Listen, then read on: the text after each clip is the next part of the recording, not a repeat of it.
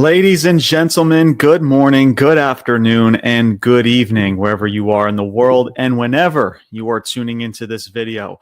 My name is James Porcelli, and welcome to another edition of the Ruthless Talk Podcast.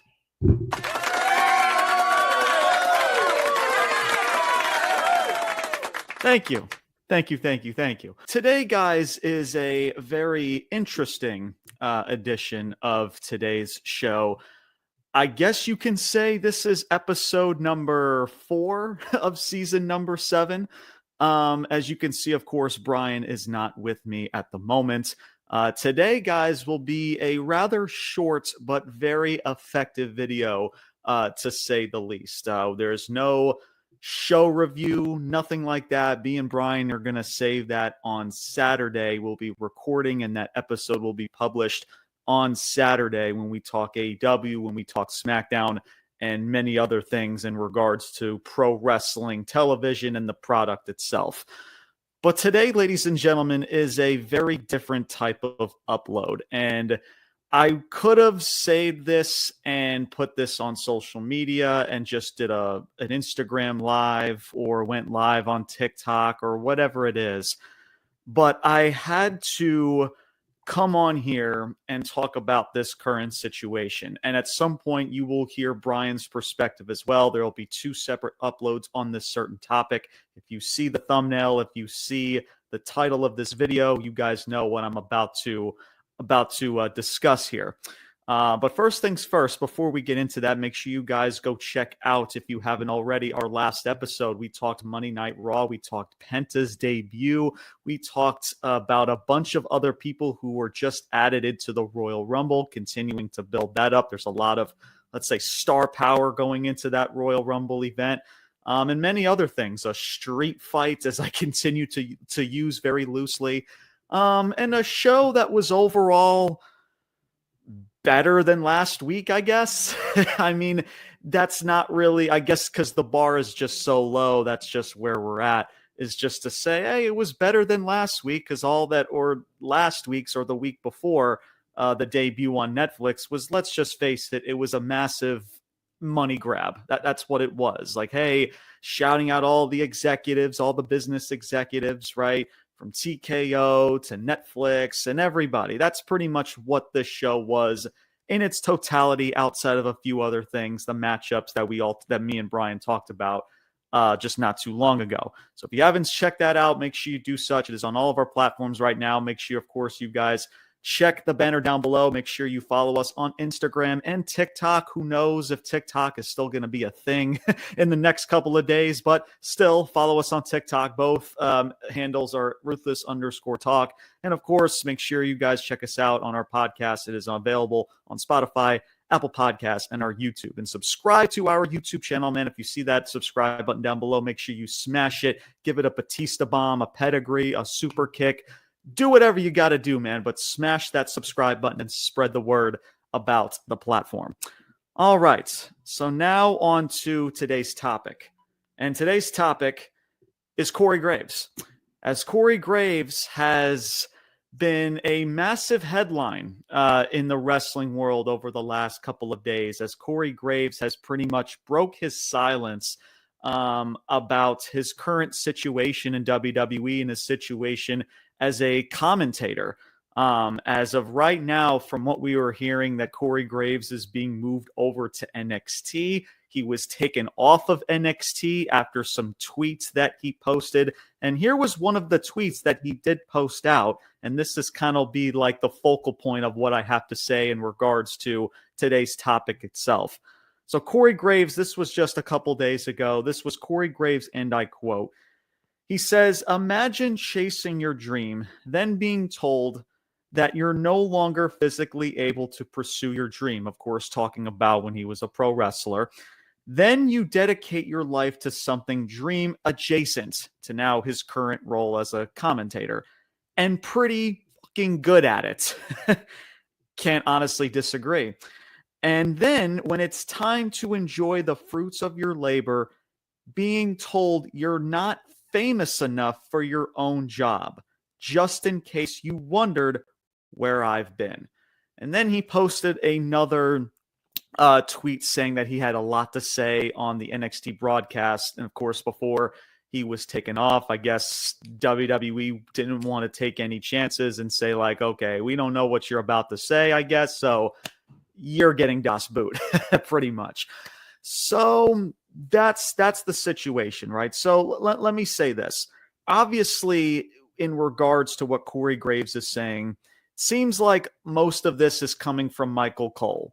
Some of it may be from Triple H, but mostly from Michael Cole. As Michael Cole, as we all know at this point, has a certain role to where he is pretty much the head honcho of all of the commentators that are on board. You know, people like the Joe Tessitores, the people like the Byron Saxtons, and, you know, the Kathy Kellys, like all of the broadcasters, backstage analysis, all of those people. Michael Cole is the head guy in regards to all of that. So the thing is that people are saying a lot is that, oh, this could be a work. This is probably going to be a work to where you're going to see, you know, Corey Graves return to the ring and have a certain matchup with maybe Pat McAfee, as that's kind of what the whole line about not being famous enough is referring to. Pat McAfee, a guy that comes in, does commentary after he gets done with College Game Day and college football, and for 6 some odd months he gets moved next to Michael Cole. And then, of course, right now you have Joe Tessitore, and he's building his relationship with Wade Barrett over on SmackDown. So now Corey Graves is the one that is the odd man out, pretty much. So is this a work, right? That's what a lot of people in the wrestling community want to continue to try to figure out. And can it be a work? Sure. Is it a work? I hate to say this to you guys, but in totality, whether it is a work or not, this is a genuine, real reaction and feeling that Corey Graves had in this tweet. And not just in this tweet, but a feeling that he has felt for a very, very long time. To where, again, Pat McAfee comes in to where he doesn't know much about the wrestling product. Michael Cole has to fill him in. And Corey Graves, to whether you like this dude or not, whether you want to say that this dude is just sometimes annoying, you want to like freaking take his head and ram it through a brick wall, I hear you, trust me.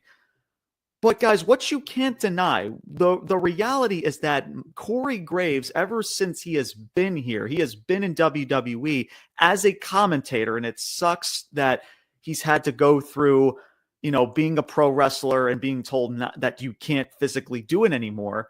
And who knows in regards to what doctors and what people in his ear and the people around who have said to him over the last several years. But being a color commentator or just a commentator, Corey Graves has been the most reliable and the only color and the only commentator that has any legs to stand on within WWE and within WWE broadcasting. Because let's face it, you have Michael Cole, who is tremendous, who has been tremendous for 20 plus years. But let's face it, the dude has 1 foot out the door. The dude is checked out. To where you see people like Joe Tessitore, and you've seen numerous of people like Adnan Virk and Jim Smith, whatever the fuck his name was, try to come in, and they're constantly trying to find the guy that's going to replace Michael Cole, to where Michael Cole can say, all right, we found our next, you know, play-by-play commentator, our head honcho, I'm out, deuces. To where he can kind of just work on stuff behind the scenes, I guess, and work on the WWE, you know, business stuff itself. So that's pretty much with what Michael Cole's situation is. And it's it's really no secret, because if you listen to this dude on commentary while he's with Pat McAfee, everything is a running joke. It just is. I mean, they're joking, they're laughing. Everything that we loved about commentators and color commentators that Corey Graves, that let's face it, is really damn good at, that aspect of pro wrestling is just done. It just is. Every role that you have put Corey Graves in he's knocked it out of the park. whether you need him to be a color commentator and be the heel and side with all of the heels and all the dastardly deeds that they're doing, or even being the play-by-play guy. He's done it, and he's done a really good job at it. Even though I was skeptical about how he would be play-by-play, I think the strength of his game is being the heel commentator, the color commentator. But he's been good, man. And imagine, right, to where this is just in any aspect in life, to where imagine if you were really damn good at your job, right? And all of a sudden, this guy, quote unquote, Pat McAfee, right? Or this dude that is just somehow more famous than you, has more recognition than you, to where he doesn't work as hard, he doesn't know much about the product or what's going on, but yet he gets all the limelight, he gets all the aspiration, and then here you are busting your ass day in and day out, and then you all of a sudden, you're just told, hey, we got this new guy coming in, but we'll send you over to NXT, right? We'll have you just do that. Because we need room for Pat McAfee. We need room for Pat McAfee to come on in and just to be natural and funny and goofy and to just say all the sound bites in the world, things of like that.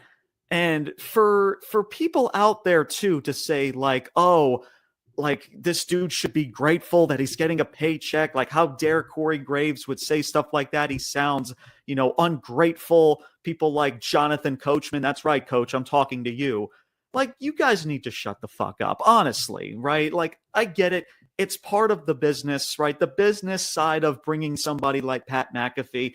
And good for Pat McAfee, right? And I got a lot to say about Pat McAfee. And again, I mentioned the whole Penta situation from the promo. Again, I'll get to that.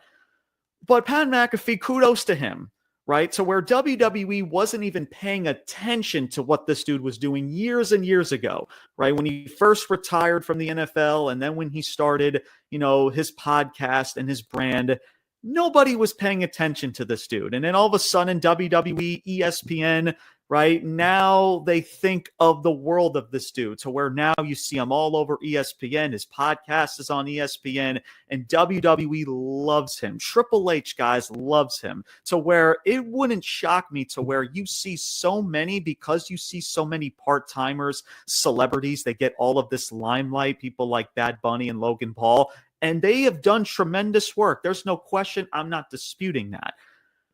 But it's crazy sometimes to think that those types of people, those celebrities, these part-timers, they get more of the limelight. They get treated more or better than the full-time talent that is busting their ass day in and day out. It's funny how that works because, and now, Michael Cole and others, they want to proclaim that he's Pat McAfee's best buddy, his best friend, when, bro, you didn't know what the fuck this dude was doing years and years ago when he was starting up his brand and his podcast anyway, So for people like Jonathan Coachman to say, oh, this dude is ungrateful, this dude needs to just shut up and be grateful that he's taking a paycheck, right? But if you're not open-minded to what Corey Graves is saying, then I'm sorry, you have no right to an opinion to state this type of claim. You just don't.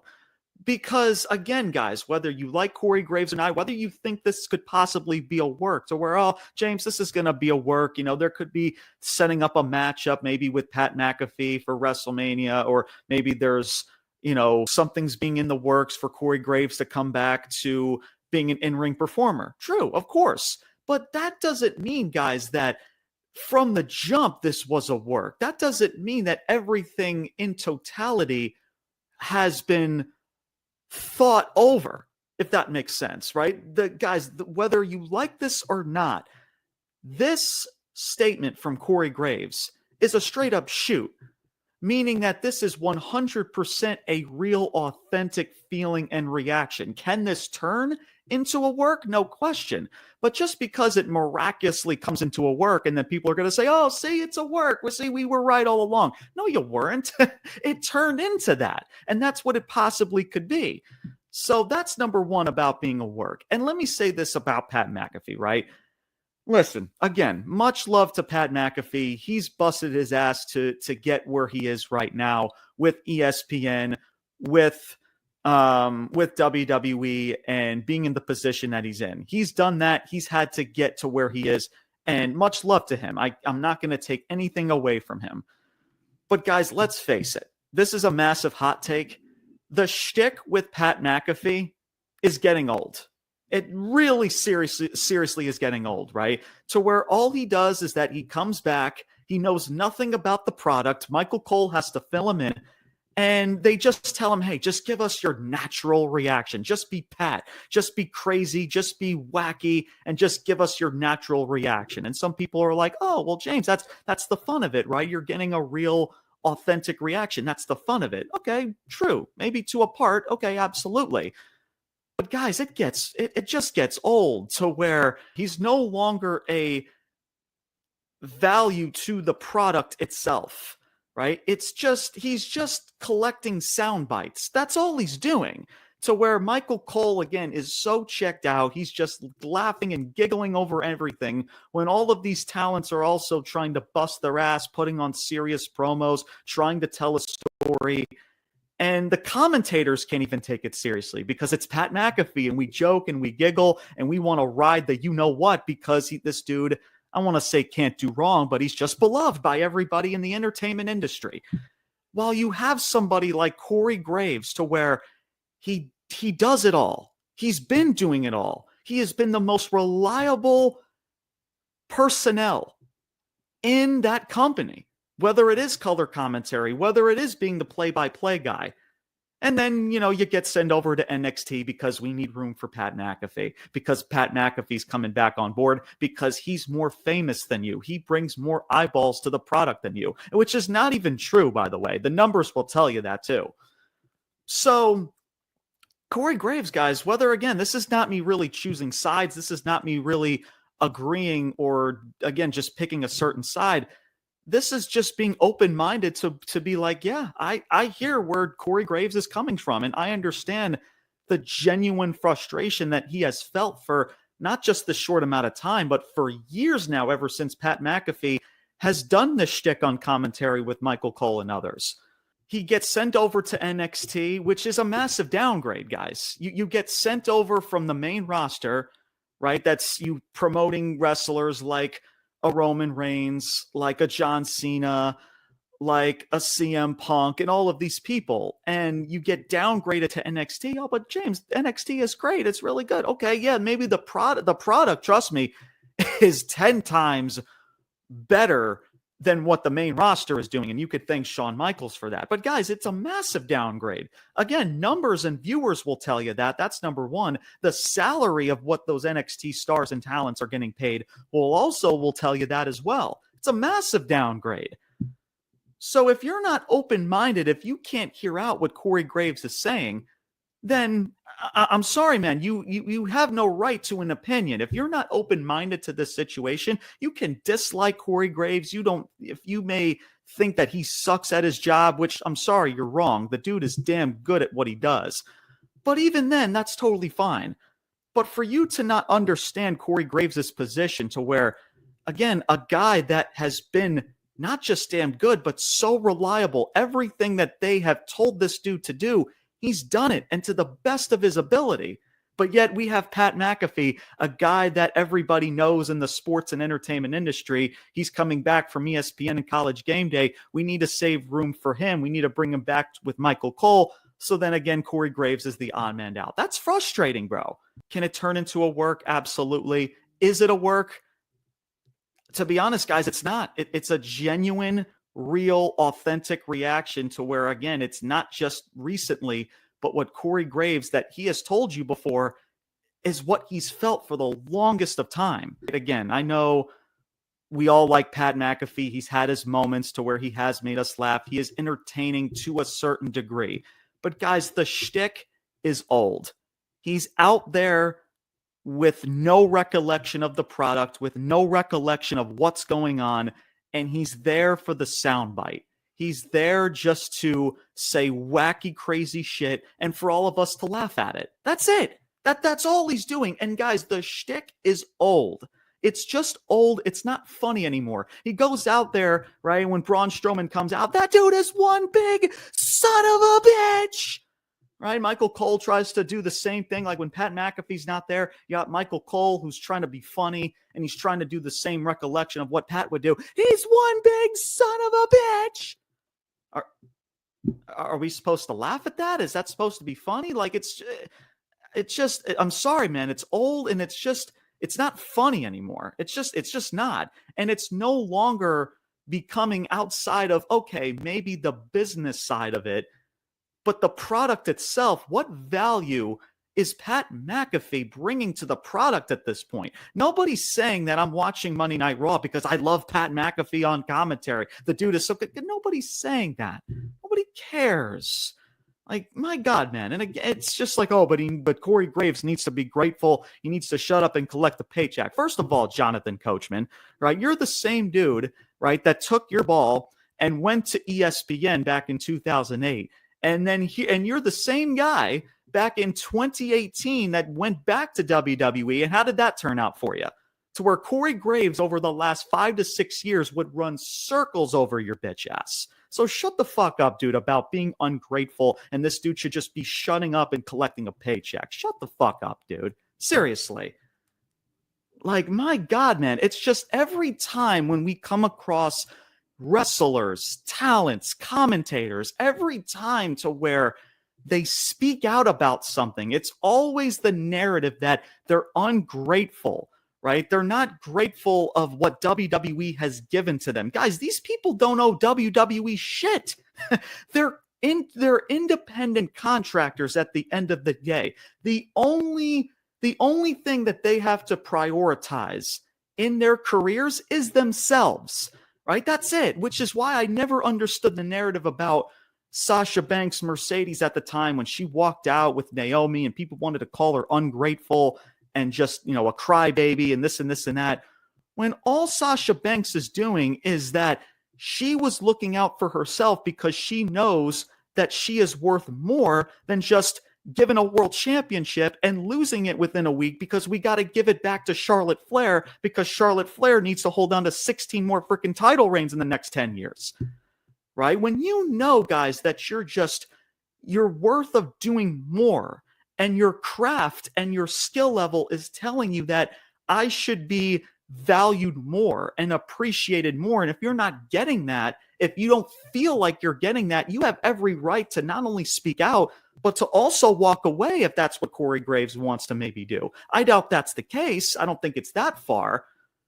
But wrestling fans and former talents or just people in the wrestling community have to understand is that these people in the wrestling community, in the entertainment industry, these independent contractors, the only thing that they have to prioritize, the only primary focus is that they have is themselves. They don't owe WWE. They don't owe the company that they're working for in a short amount of time. It's a short-term relationship. They don't owe them shit. They just don't, bro. That's the same situation that Corey Graves is in. If Corey Graves feels like he's not being, if he feels like that he's not being appreciative enough, if there's not enough, recollection of what he's doing, if he feels like he's just being pushed to the wayside because somebody is more famous than him, when he's the one legit putting commentary on his back, trying to do business with people like Adnan Burke and Jim Smith, because they're trying so desperately to find that not color commentator, but just that play-by-play guy, because Michael Cole, the head honcho who's running everything on commentary, is so checked out to where him and Pat McAfee just laugh it up. Majority of the time, guys, watch it yourselves. You don't even need to hear it from me. They just laugh it up. They giggle. They have a good time. Hardly anything is taken seriously majority of the time. And that aspect of wrestling as a pro wrestling commentator, to where you hear commentators from back in the day, people like a Jim Ross, people like a Jesse Ventura, people like a Bobby the Brain Heenan, that aspect in wrestling is so needed. And Corey Graves brought that. Him and Byron Saxton's, guys, their connection, their chemistry together when Byron Saxton and Corey Graves were together was top notch, man. And they got rid of it for some reason. Byron Saxton went backstage, and then Corey Graves became a part of a 3-man commentator group. And now here he is, the odd man out, getting Das Boot. Hey, we'll send you over to NXT, and we'll send you over there. Thanks everything you did, but we got to make room for Pat McAfee, because he's got the brand. He's on ESPN. He's the biggest talking celebrity in the sports and entertainment realm, right?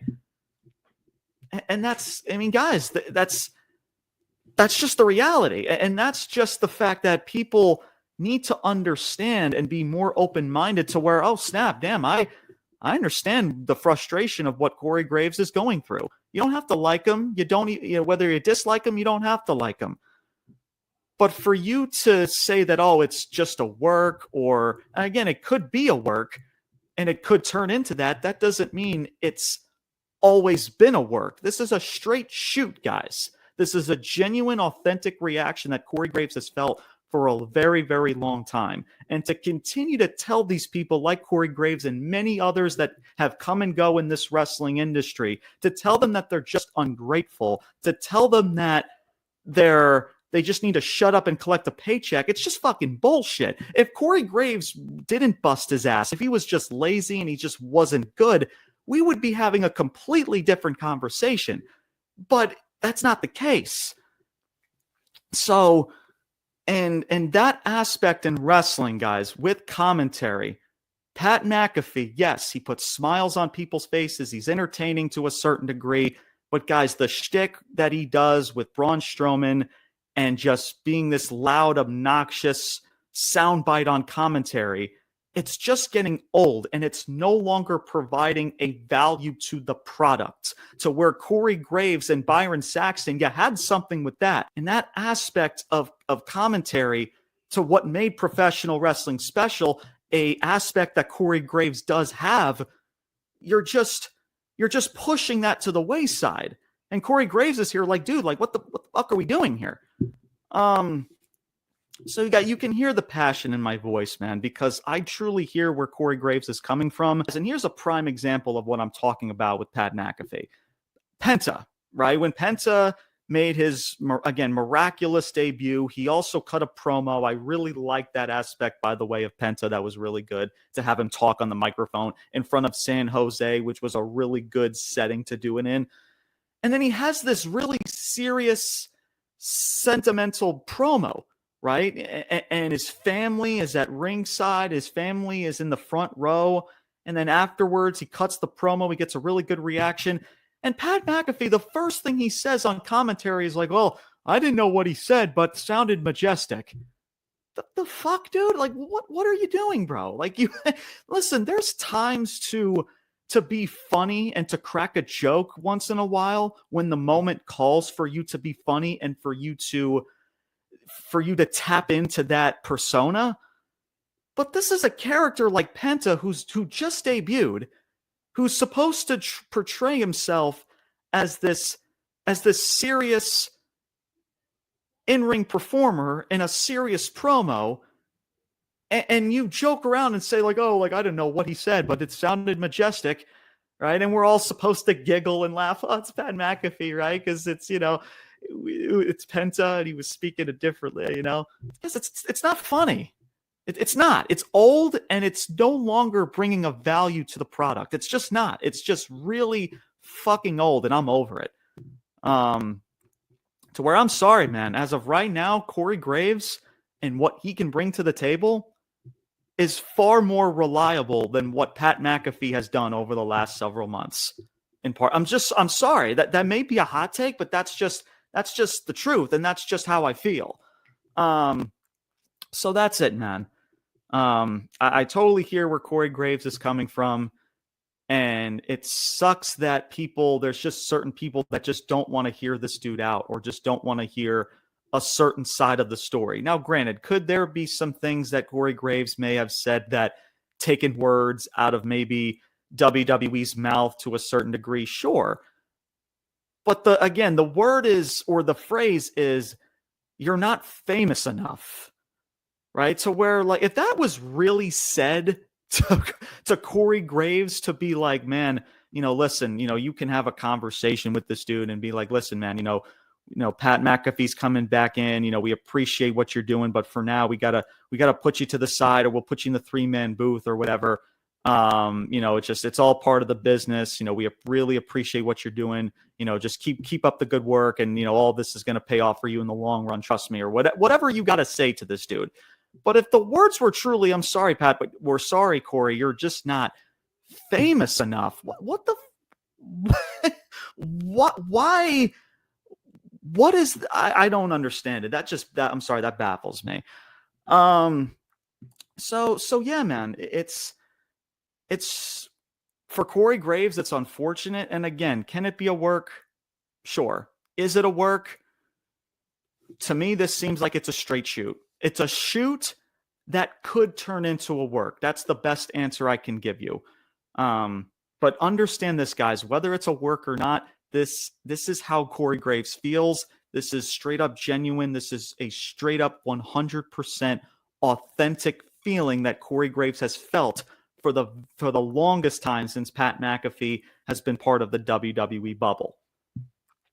And yeah, if you're somebody out there, man, to where if you don't feel like you're getting the recognition that you have earned, that Corey Graves, that let's face it, has earned because he has busted his ass. He's been so reliable. Every role that you put him in, he has delivered 10 out of 10 times, 100% of the time. And then all of a sudden, this guy who's part-time, who doesn't know much about the product, he's lazy, he doesn't do much of the work, but yet he gets all the limelight. You wouldn't feel a certain type of way?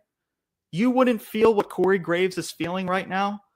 You wouldn't feel that disappointment and frustration that Corey Graves has had to dealt with for years now since Pat McAfee has been a part of the WWE bubble? Come on, man. And again, I ask, what is Pat McAfee doing that's providing value to the product outside of just being the soundbite? Just saying wacky shit just to get a reaction. Come on, man. It's getting old, and it's just lame, and it's starting to just become really I'm just over it. So yeah, man, those are my overall thoughts. Was going to save that for the Saturday show, but I figured why not come on here, make this a separate upload, and give you guys my thoughts in regards to all of this. So, but that is going to be it. That's all I wanted to talk about. Again, maybe I'll mention some stuff about NXT. We mentioned a little bit about NXT with Bayley's appearance and Roxanne Perez and her potentially going to the main roster, maybe starting something with Bayley. Who knows? Again, and there'll be some ratings talk moving forward. Seeing what's hopefully, who knows if Netflix is going to be dropping any ratings. Who even knows if any WWE execs, executives in general, are able to gain access to this information moving forward with Netflix, because if it's not up to Netflix standards, if it's not up to their bar, you may not even hear about it, and that may tell you that the number isn't so great than what people may think. So who knows with Monday Night Raw? Of course, we got SmackDown coming up. We got some AEW to talk about. There was a show last night. AEW Maximum Carnage, I believe, was the name of the show. I was only able to see the main event. I still need to see the rest of the show.